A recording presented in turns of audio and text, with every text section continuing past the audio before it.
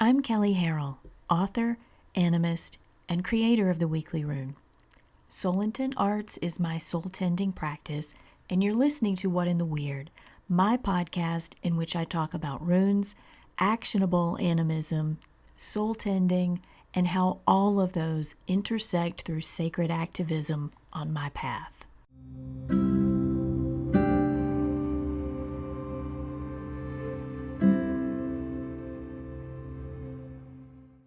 The Weekly Rune is out, and if you're not sure what it is, it's a runecast that I've done for years, focused on the runic calendar and the current half-month rune.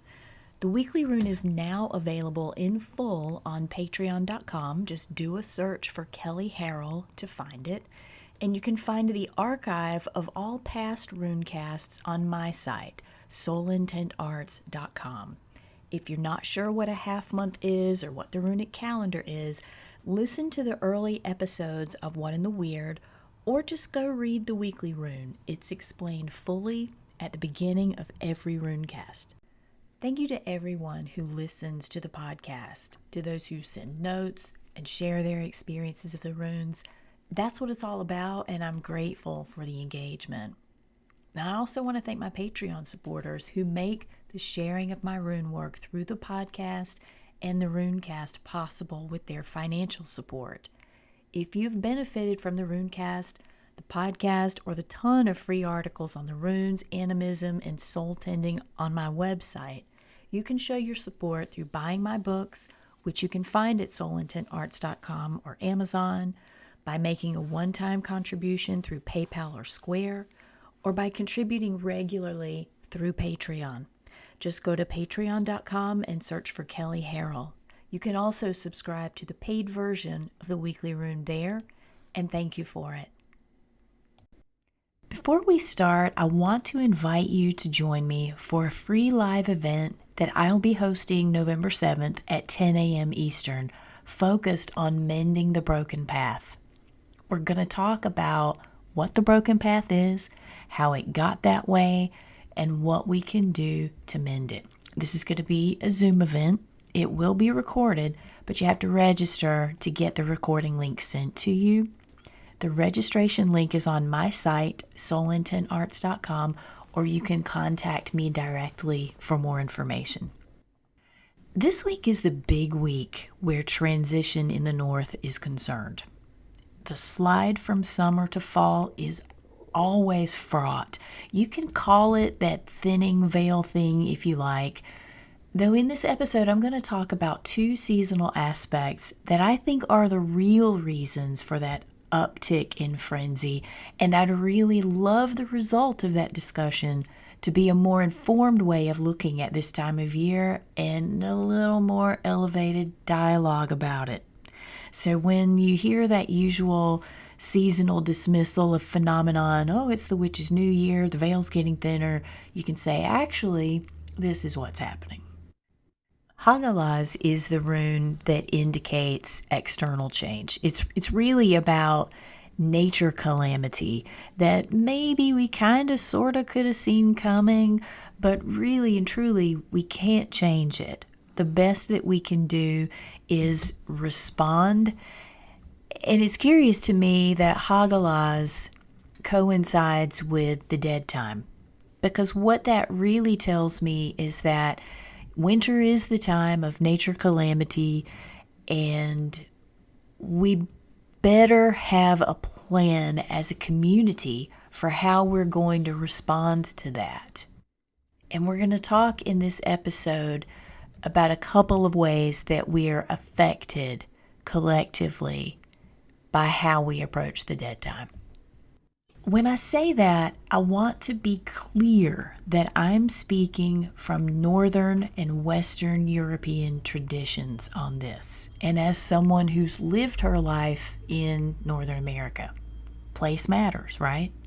Our experience of where we stand deeply informs how we move through the world, and I want to be clear in presenting those influences and how I move, and hope that for those of you in different places moving with different influences, this episode can open up some dialogue to have with your relationship to place and time in this season.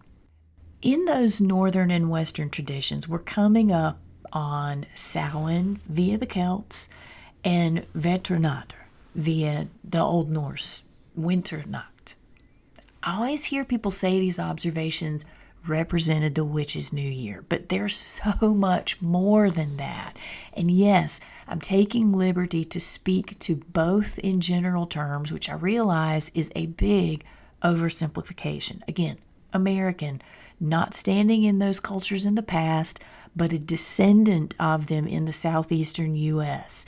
I feel like it's really important to say that because there's a lot of controversy right now about Americans trying to reach into European cultures with rose-colored glasses, not understanding they're trying to ground into an experience of those lands that happened thousands of years ago. And the impact that has, the act of trying to do that, has on the people who have lived there consistently is a lived thing. So, as I'm saying, these observations of the end of summer and segueing into darkness represented that full transition. These celebrations, these ritualistic times and festivals. It wasn't like in our calendar where we go to bed and it's one year and the next day it's another year. The current studies on ancient festivals this time of year was that they likely spanned nights with different focuses throughout their progression. And that progression was tied to the local land experience and cosmology of literally moving closer to winter. Meaning, one village to the next, it wouldn't have looked the same. It wouldn't have emphasized the same deities or even in the same way. That's all the background bit. And my point in bringing that up is to say that this is the witch's new year is reducing it to a simple woohoo when there was a significant ritual and lots of shenanigans afoot. What exactly were those rituals and shenanigans? We don't really know. We know they involved utasita, a nature-based, if not burial mound, time of embodiment with the ancestors and by some instruction, the dwarves, in nature. We know some regions recorded wild hunts, which serve death-walking purposes. And that's where I want to pick up the conversation and bring it forward.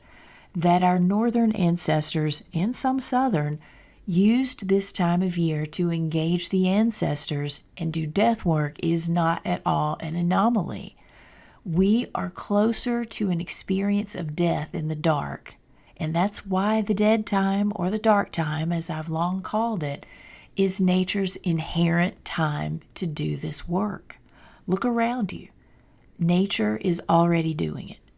Much of how nature functions and displays itself above ground is dying. It's diverting its energetic focus underground to the roots, to the unseen, and so it is the time for us to do the same.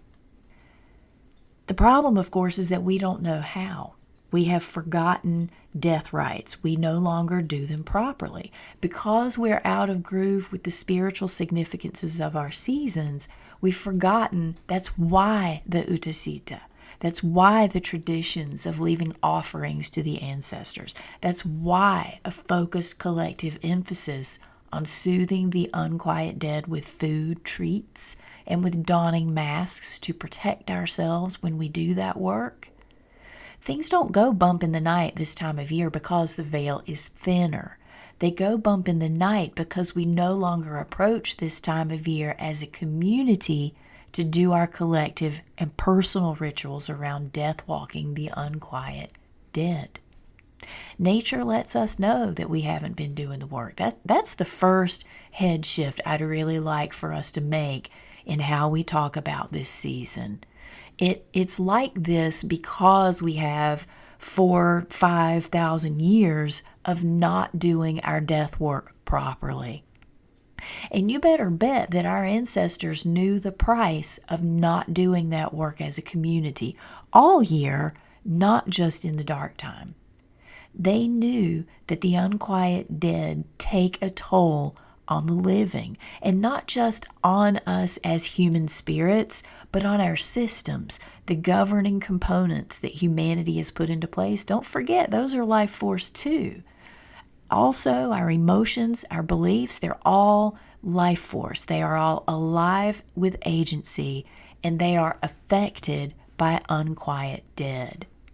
The unquiet dead tax every life force that touches the living, and it's our job to do that work. It's not the job of our spirit allies. The ancestors knew that the dark time is the native time of death walking. It's the time that nature shows up seasonally as an ally in that work. Saying the veil is thinner now is how people who've lost touch with animism express that they feel this is the season of reconciling our dead. The second thing I want us to understand differently about this season is that it isn't all about bumping the night, stuck dead or not. That's not what it's all about. In the past, when I've blogged and done episodes around the runes of this transition, I've talked about the literal impact of the sun going distant, that this is the last harvest Sabbath. It's the point that your food math better be really good to get through the winter.